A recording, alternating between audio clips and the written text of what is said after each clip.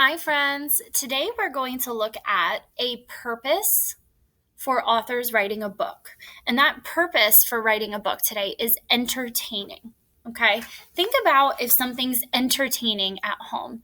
You might watch a TV show that's entertaining, or a movie that's entertaining, or your mom or dad might tell you a joke that's entertaining. Something that's entertaining is fun to read or watch. It might be silly or tell jokes, or it just makes you happy when you read it. So that's the type of book that we're going to read today with our author's purpose of entertaining. This story is called Listen, Buddy by Helen Lester. As I read this story, I'm going to think about what makes this book entertaining to me. What makes it enjoyable to read? We love to read entertaining books because they're fun. Buddy's father had a beautiful big nose. He was a great sniffer. Buddy's mother had beautiful big teeth. She was a great chomper.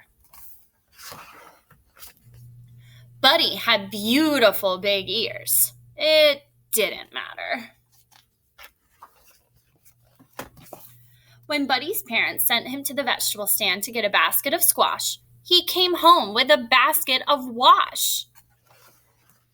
When they asked him to buy 15 tomatoes, he came home with 50 potatoes.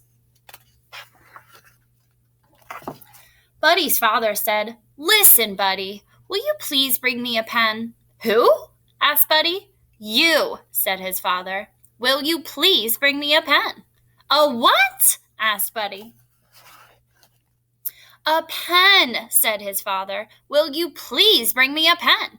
"Sure," said Buddy. Buddy's father said, "Listen, Buddy." Buddy's mother said, "Listen, Buddy, will you please get me a slice of bread?" "Who?" asked Buddy. "You," said his mother. "Will you please get me a slice of bread?"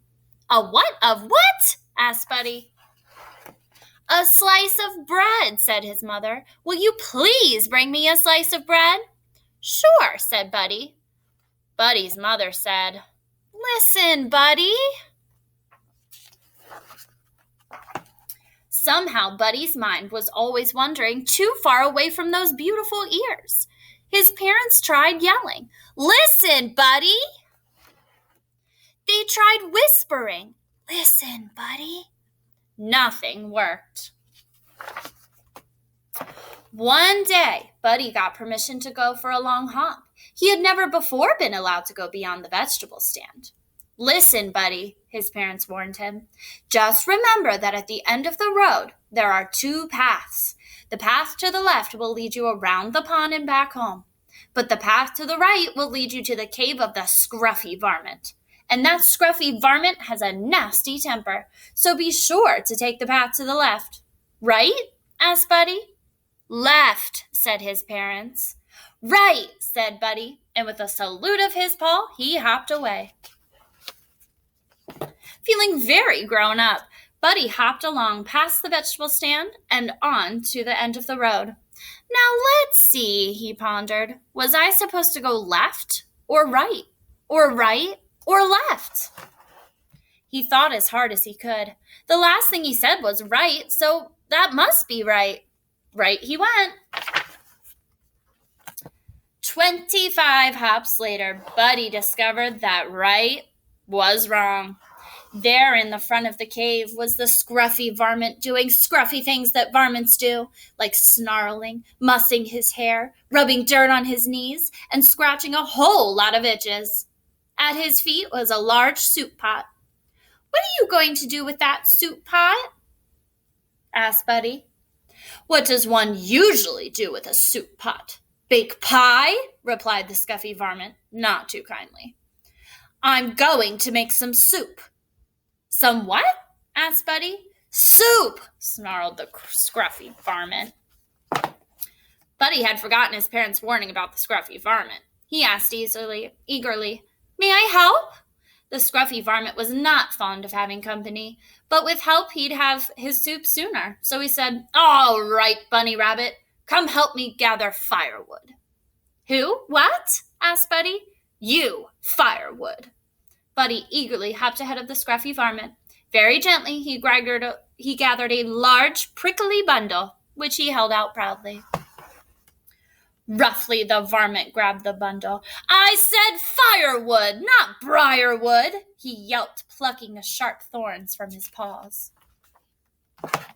Later, when the pot was filled with water, the scruffy varmint lay against a rock, licking his paws and barking orders. Hustle, Bunny Rabbit, get the flour. Yes, sir, said Buddy. 5 pinches of salt. Yes, sir, said Buddy. 15 tomatoes. Yes, sir, said Buddy. And a big load of squash. Yes, sir, said Buddy. The scruffy varmint rose and gave the soup a stir. He took a taste. It tasted a little maybe it needed some pepper. Bunny Rabbit, get pepper from the left side of the kitchen sink, the varmint growled. Who get the what from the where side of the where what? Asked Buddy. The scruffy varmint repeated. Who get the what from the where side of the where what? Never mind. He stalked into the kitchen to get the pepper himself and sprinkled it into the soup. There, he snarled. Now, Bunny Rabbit, put the soup on the fire. Buddy put the soup in the fire. The fire went hiss. So did the scruffy varmint. I'll teach you. I will have soup. Bunny Rabbit soup. And I know just the bunny to use. The bunny rabbit who never listens. Buddy listened. He also hopped very fast. Faster than he had ever hopped in his life. He whizzed up the road past the vegetable stand and into the safety of his house. And a little later, when Buddy's parents asked him to bring a pen and a slice of bread, Buddy listened. Okay, friends. So now I'm going to think, what made this book entertaining? And I'm always going to use the book to help me. I can think of a bunch of parts of this book that I thought were really fun to read because they were a little silly. For example, I thought it was really kind of silly that Buddy kept getting the wrong things for his parents. For example, he got wash instead of squash. I thought that was funny.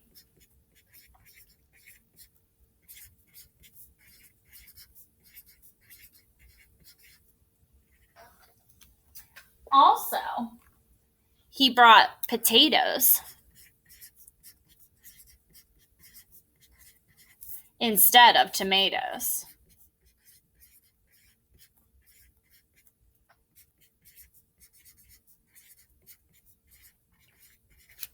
I also think the part where the scruffy varmint scared him into listening was really silly.